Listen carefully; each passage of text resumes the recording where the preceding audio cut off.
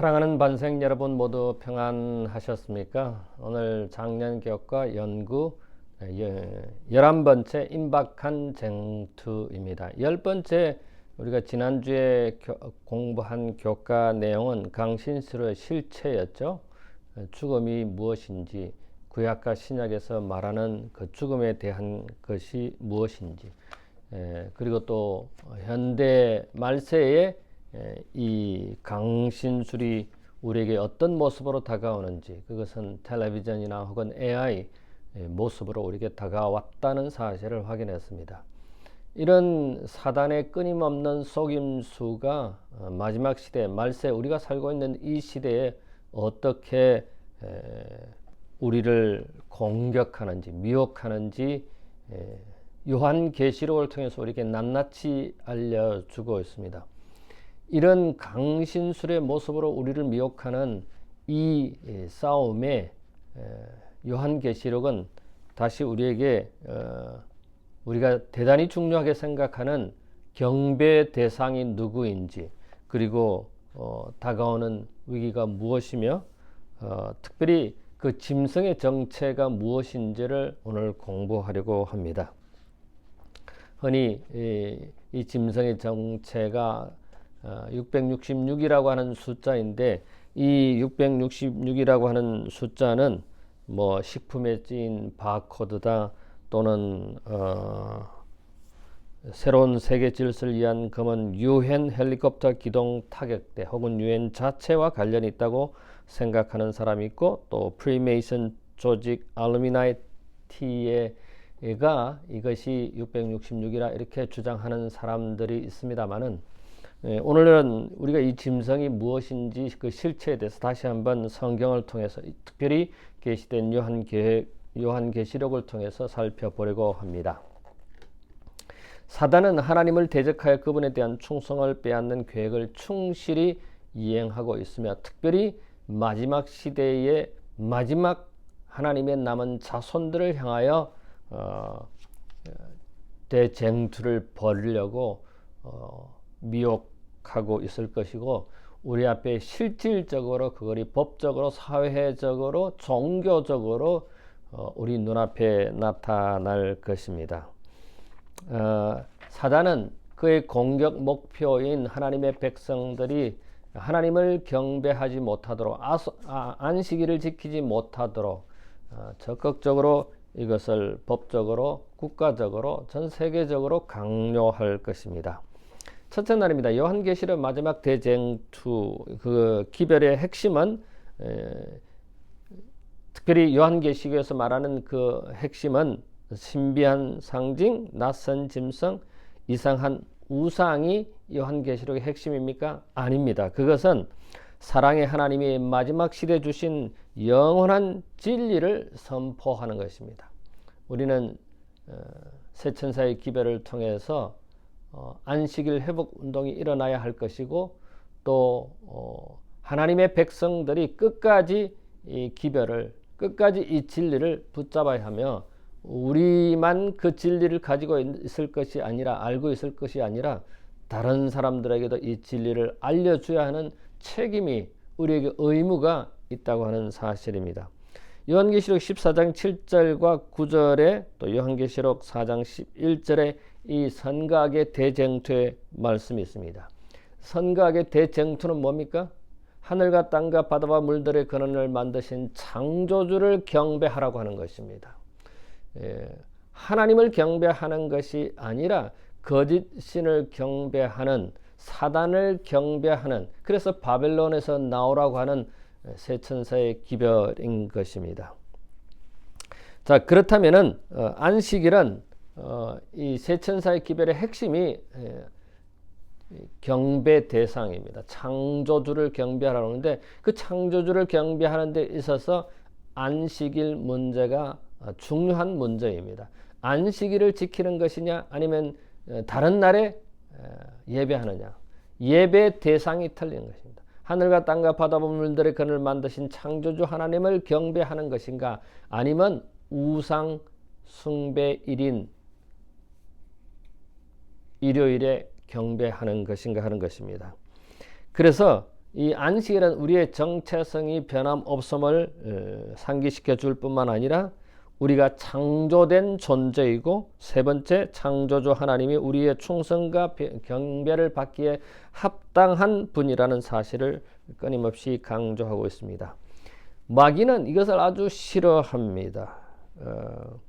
요한계시록 12장 17절은 거기에 보면은 용이 등장하는데, 특별히 이 용이 하나님의 계명을 지키는 자와 예수의 증거를 가진 자들을 아주 싫어하는 용으로 등장하고, 요한계시록 14장 12절에 보면은 성도들의 인내가 여기 있나니 이렇게 말하면서 하나님의 계명을 지키고 예수의 믿음을 가진 자들이라고 말하고 있습니다.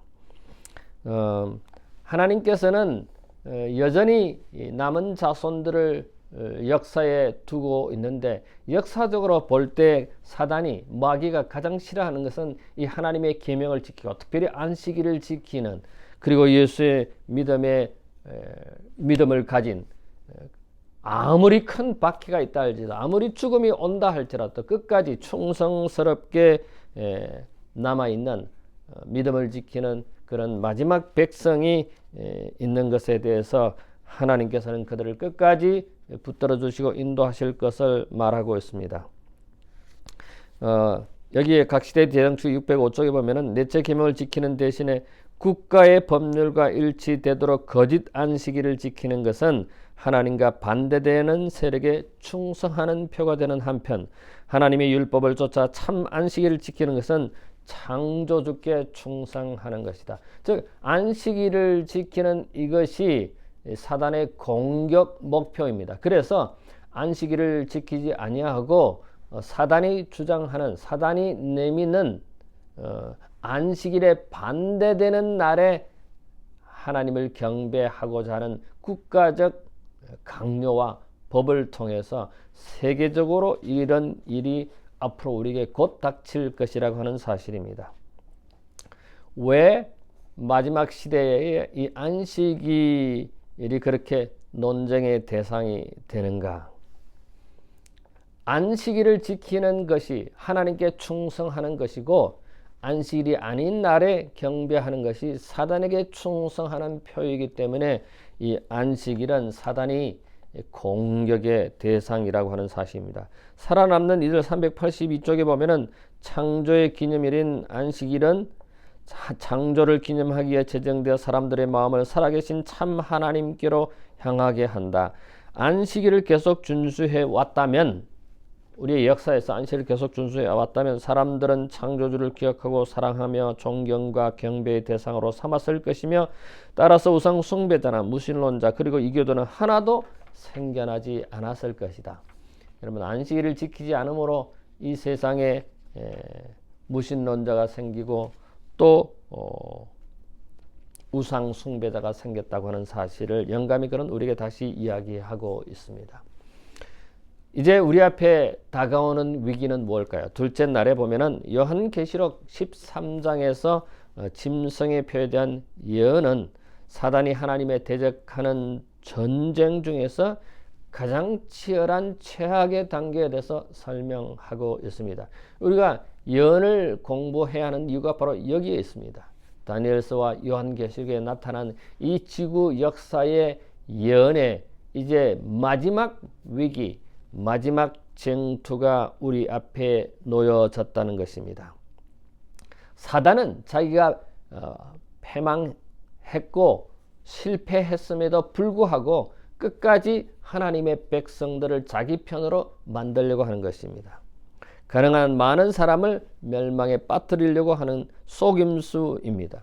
짐승에게 경배하지 않거나 짐승의 표를 받기를 거부하는 자는 누구든지 박해를 받을 것이고 심지어는 사형에 처하게 될 것입니다. 요한복음 16장 2절에 보면은 출교를 당하고 죽임을 당하는 그런 일이 하나님을 섬기는 자들에게 일어날 것이라고, 마태복음 10장 22절에는 내 이름으로 미움을 받고 끝까지 견디는 자는 구원을 얻을 것이라고, 디모데후서 3장 12절에는 그리스도 안에 경건한 있는 자들은 경건한 자들은 박해를 받는다는 것입니다. 이걸 다른 말로 말하면 우리가 박해를 받고 있지 않다면은 어쩌면 경건하지 못한 삶을 살고 있지 않나 하는 생각도 해볼 수 있습니다. 베드로전서 4장 12절에 보면은 연달에 불시험이 있을 때 이상히 여기지 말라고 하는 선지자의 말씀입니다.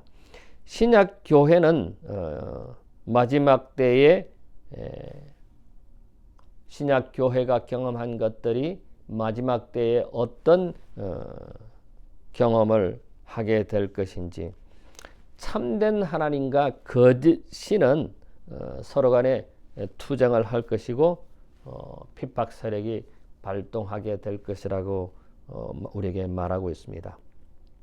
이 짐승의 표는 끔찍한 박해 사슬의 마지막 고리로서 성경 말씀은, 성경 예언은 박해가 경제적 제재 형태로 시작될 것을 말하고 있습니다. 이 표가 없이는 누구도 매매할 수 없는, 심지어는 물건을, 식품을 살 수 없는 그런 시대가 곧 올 것입니다. 끝까지 이 표를 받기를 거부하는 사람은 결국에는 박해와 심지어 죽음까지 이르게 될 것이라고 하는 사실입니다. 사형 언도를 받을 것이라고 하는 사실입니다. 박해와 죽음으로 강요하는 이 짐승의 표, 정은보감 2권 67쪽에 이런 박해와 이런 죽음이 온다 할지라도 하나님께서는 그분의 도움 없이는 이처럼 무서운 싸움을 치를 길이 없다고 말하고 있습니다. 다시 말해서 이런 박해와 이런 어려움이 있다 할지라도 하나님께서는 우리를 돌보실 것이라고 하는 사실입니다. 여러분, 안식일 문제 때문에 혹은 경제적 문제로 이 안식일을 준수하는데 타협하신 적이 있습니까? 제가 전에 말씀드렸는지 모르겠습니다만은 저는 학점을 얻기 위해서 안식일에 시험을 본 적이 있습니다. 제가 10분 만에 그 시험을 치르고 다시 교회로 돌아올 때 눈물을 흘리면서 하나님께 약속했습니다. 하나님, 이제 절대로 안식일에 시험 치지 않겠습니다. 학점을 얻기 위해서, 학위를 얻기 위해서 이젠 결탄코 이런 일을 행하지 않겠습니다. 여러분은 안식일을 지키기 위해서 혹은 경제적인 문제로 안식일 문제를 타협하신 적이 있습니까? 앞으로는 더 심한 유혹이, 미혹이 우리를 경제적으로 몰고 갈 것입니다.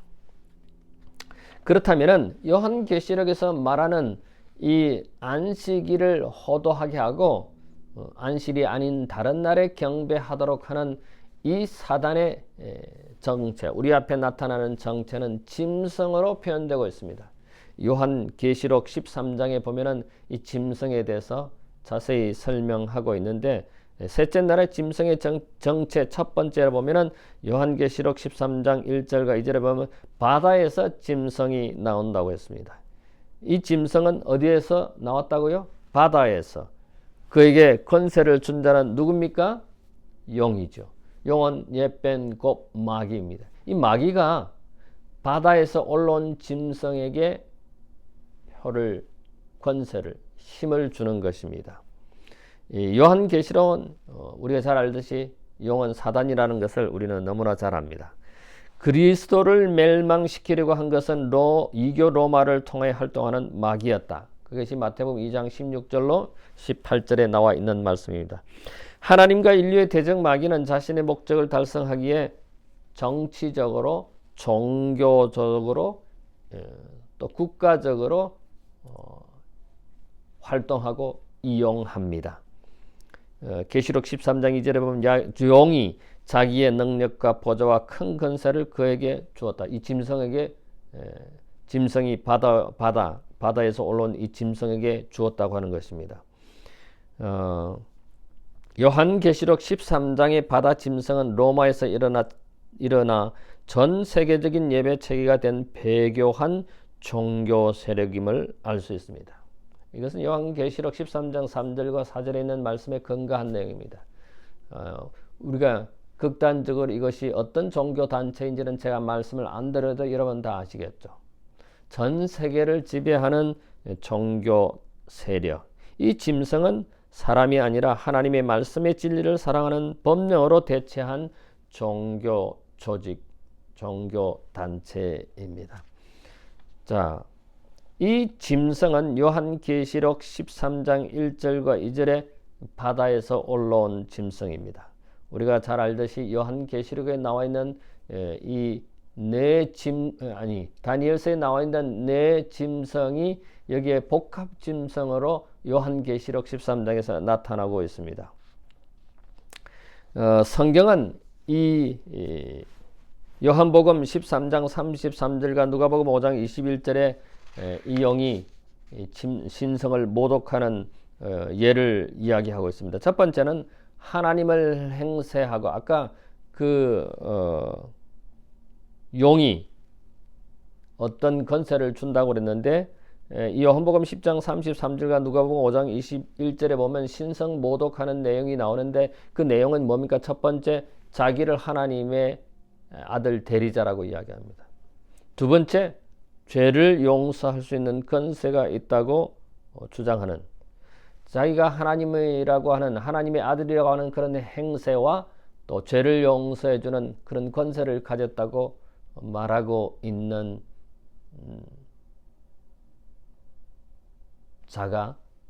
단체가 그런 것입니다. 우리가 잘 알고 있듯이 이렇게 하는 종교 집단이 어디죠?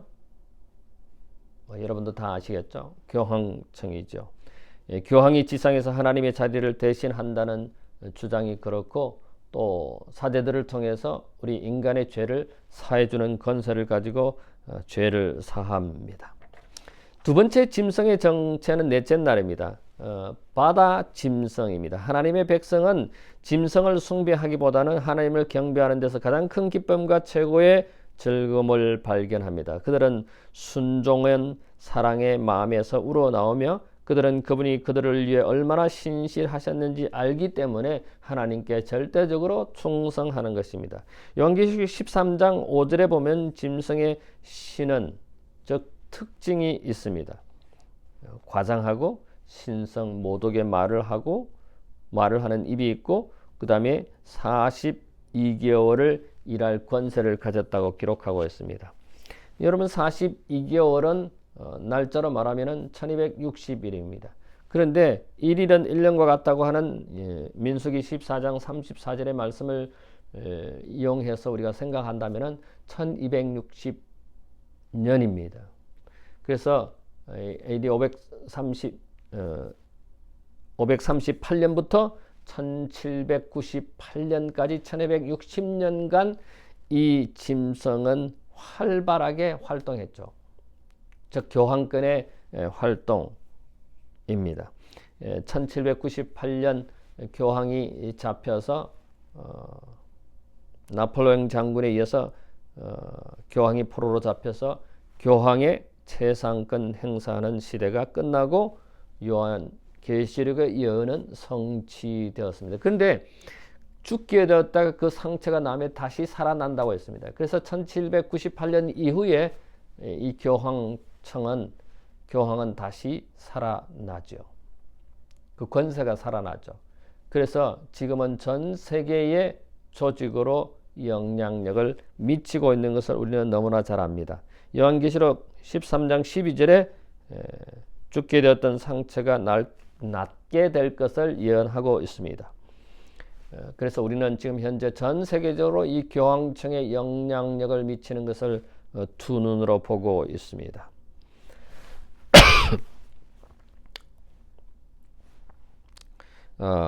이런 글이 있습니다. 일요일은 주님의 날이자 남녀 인류의 모든 날로 모든 사람이 자유를 누리고 가족을 위해서 또 하나님을 위해 자유로워야 하는 날입니다.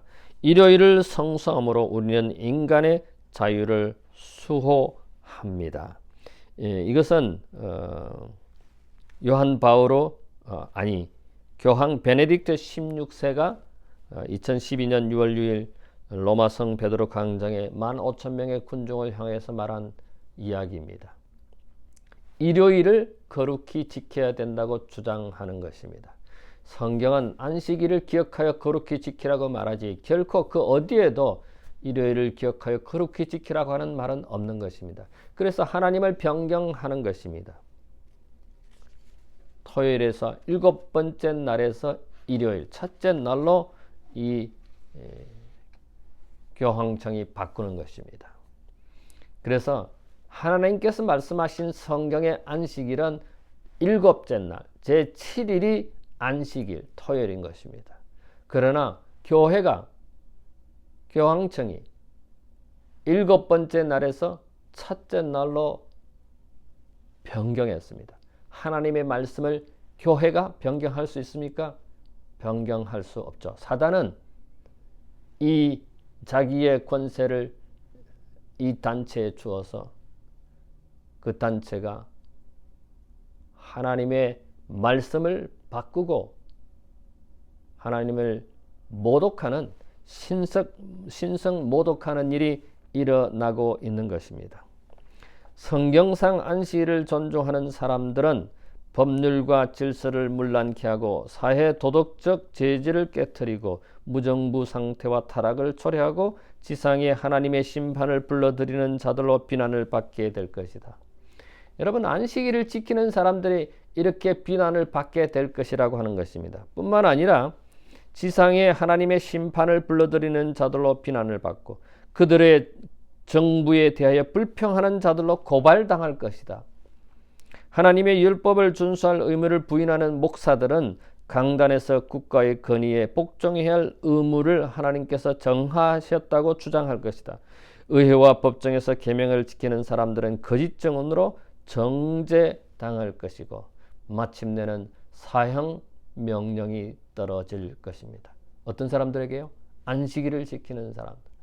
여러분, 안식일을 지키는 사람들에게 이렇게 비난받고 정죄당하고 사형 명령이 떨어지는 이유가 뭡니까? 사단은 이 하나님의 참 백성들을, 남은 자손들을 멸하기 위해서 이렇게 국가적으로, 법으로, 종교적으로, 제도로 어려움을 주고 심지어는 죽음을 요구할 것입니다. 교회증언 1권 223쪽에 보면은 대쟁투는 하나님의 계명과 짐승의 요구 사이에 존재한다. 만일 성도들이 표준을 낮추고 그들의 믿음의 특성을 양보할 것 같으면 영은 잠잠할 것이다. 그러나 그들이 용감하게 표준을 높이고 법안권의 제도를 존중하고 있는 개신교를 대항하여 그들의 깃발을 펄럭해야 하기 때문에 그들은 용의 분노를 자극할 것이다. 짐승의 정체 두 번째 바다 짐승입니다. 우리가 첫 번째로는 짐승의 정체가 셋째 날에 용이었고 넷째 날에 짐승의 정체 2에서는 바다 짐승이고 이제 목요일 다섯째 날에는 땅에서 올라온 짐승에 대해서 살펴보겠습니다. 요한계시록 13장 11절로 18절에 보면은 이 짐승의 땅에서 올라온 짐승에 대해서 자세히 설명하고 있습니다.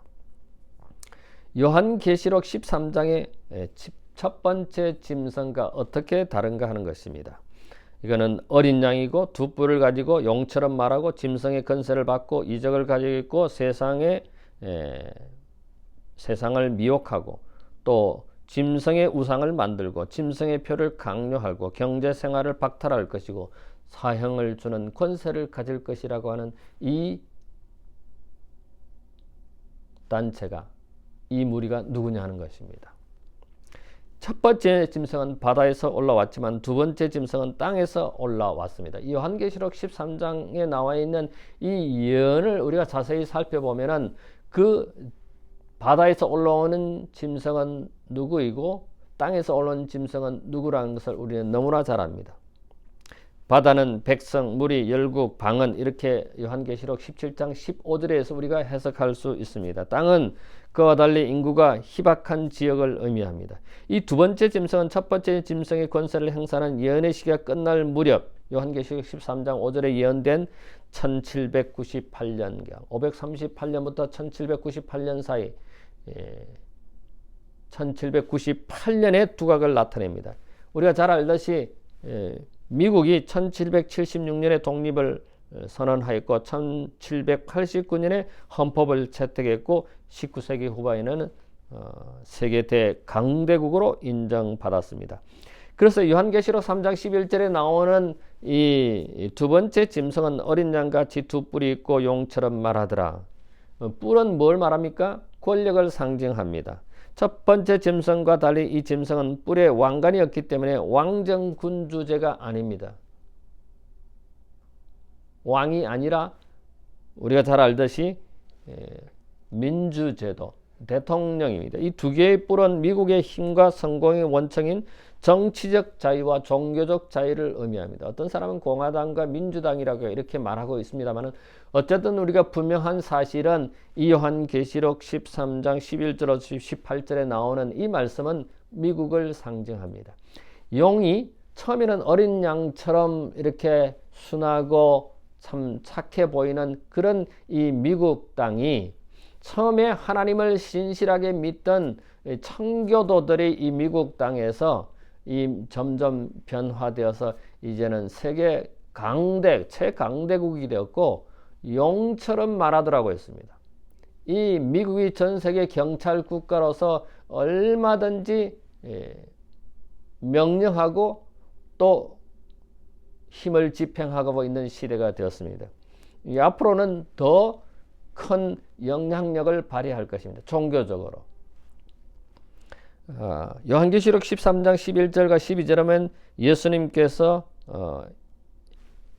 이 하나님의 백성들, 남은 백성들을 유럽에서 이 미지의 땅 미국으로 아메리카로 인도하셔서 그들이 교황 없는 나라, 종교의 자유가 있는 나라를 청교도들을 통해서 이 미국을 건설하게 했습니다. 그런데 이 미국이 이제는 짐승의 앞잡이가 되는 것입니다. 처음엔 양처럼 되어 있다가 이제는 짐승이 되어서 온 세계에 힘을 발휘하고 있는 것입니다. 권세를 행하는 것입니다. 미국은 교황권의 영적 세속적 권위를 인정함으로 지상의 모든 사람에게 첫째 짐승을 숭배하도록 요구하는데 앞장설 것이다. 미국은 짐승의 우상, 즉 교회와 국가의 결합을 형성하고 모든 사람이 우상을 숭배하도록 요구할 것이다. 만약에 청교도들이 이 사실을 안다면 누워있다가 벌떡 일어날 것입니다. 왜? 이 청교도들은 아메리카에서 교황이 없는 종교의 자유가 있는 그런 나라를 건설하려고 유럽을 탈출해서 박해를 핍박을 교황을 피해서 이 나라에 와서 이 땅을 건설했는데 이 땅이 미국이 오히려 우상을 숭배하고 하나님을 모독하는 그런 영향력을 발휘하는 국가가 단체가 되고 있다고 하는 사실입니다. 여러분, 케네디 대통령 이후로 이 미국은 교실에서 성경을 사용하지 못하게 하고 있습니다. 기도를 못하게 합니다. 원래 이 미국 땅은 청교도들이 그들이 신앙의 자유를 가지고 하나님을 우선으로 하는 삶으로 시작한 나라가 이 미국 땅입니다. 그래서 이 미국 땅이 복을 받은 것입니다. 그렇지만은 성경을 읽지 못하게 하고 기도를 하지 못하게 하는 나라로 바뀌었습니다. 여러분, 이 미국이 이제는 전 세계적으로 권한을 영향을 발휘하고 있습니다. 용이 바다에서 올라온 짐승에게 땅에서 올라온 인짐승에게 권한을 권세를 주었다고 말하지 않습니까? 성경은 요한계시록 13장을 자세히 읽어보면 이것이 용이 사단이 이 국가를 통치하고 있다고 하는 사실을 우리는 알게 됩니다. 그러한 국가에 살고 있는 우리는 그러한 시대에 살고 있는 우리는 어떤 삶을 살아야 할까요? 마지막 6째 날입니다. 짐승과 우상을 숭배하는 것은 다니엘의 세 친구가 우상에게 절하거나 아니면 풀무불에 던져질 것이란 명령을 받는 장면을 생각하게 한다.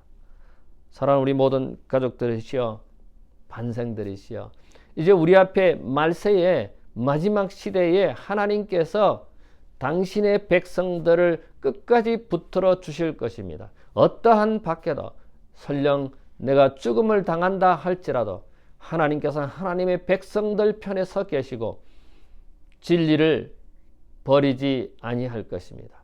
그러나 우리가 말씀에 굳건히 서 있지 않는다면 이런 사단의 공격에, 사단의 미혹에 넘어가서 우리는 우리의 영생을 잃어버리게 될 것입니다. 각지대 대등추 591쪽에 보면은 하나님께서는 사람의 의지와 양심을 결코 강제하지 않으신다. 그러나 사단의 상투적 수단은 자기가 설복할 수 없는 자들을 지배하기 위하여 무자비한 압박을 휘두르는 것이다. 위협과 폭력으로 그는 양심을 지배하고 자기 자신이 숭배를 받기 위해 노력한다. 이 일을 성취하기 위하여 그는 종교적 세력과 세속적 권세를 통하여 활동하며 하나님의 율법을 무시하고 인간의 법률을 강요하도록 사람들을 충동한다. 앞으로 이것이 점점 더 강해질 것입니다. 미국을 이용해서 사단은 전 세계 하나님의 백성들을 안식일을, 하늘과 땅과 바다와 물들의 근원을 만드신 창조주 하나님을 경배하는 자들을 우상신을 숭배하는 날짜로 변경하도록, 바꾸도록 강요할 것입니다. 오늘은 임박한 쟁투에 대해서 살펴보았습니다. 12가는 지구의 마지막 사건들입니다. 여러분, 지구의 마지막 사건들, 임박한 이제 쟁투, 마지막 날 사건이 무엇입니까?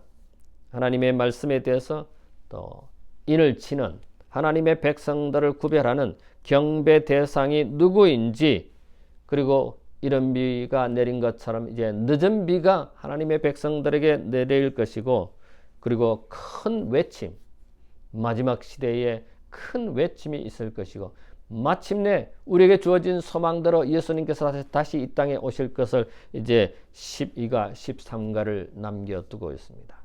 사랑하는 우리 모든 반생들이시여, 이 하나님의 말씀을 잘 연구해서 우리에게 큰 유익이 있게 되기를 간절히 바랍니다. 잠깐 머리를 숙일까요? 고마우신 우리들의 하늘아버지, 하나님의 백성으로 삼아주셔서 참으로 감사합니다. 진리를 갖게 해주셔서 참으로 감사합니다. 이 진리를 결코 훼손하지 않도록 도와주시고, 나만, 우리만, 우리 교회만 알 것이 아니라 이 진리를 알지 못하는 사람들에게 진리를 전파하는, 진리를 전달하는 우리 모든 반생들 되도록 도와주시옵기만을 예수님 이름으로 기도하옵나이다. 아멘.